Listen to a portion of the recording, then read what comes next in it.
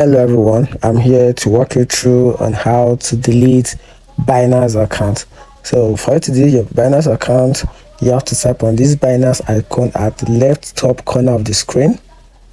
Then you tap on profile icon. Then you tap on security.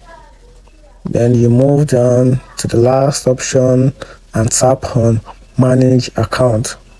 You can see down here, delete account. Then here we have specific reasons why you don't want to delete your account. So you're going to tap on any one of your choice. But for this video, I'm going to tap on no longer want to use this account. Then you tap on continue. Then from here, you're going to tap on OK. So with these procedures, you will be able to delete your Binance account.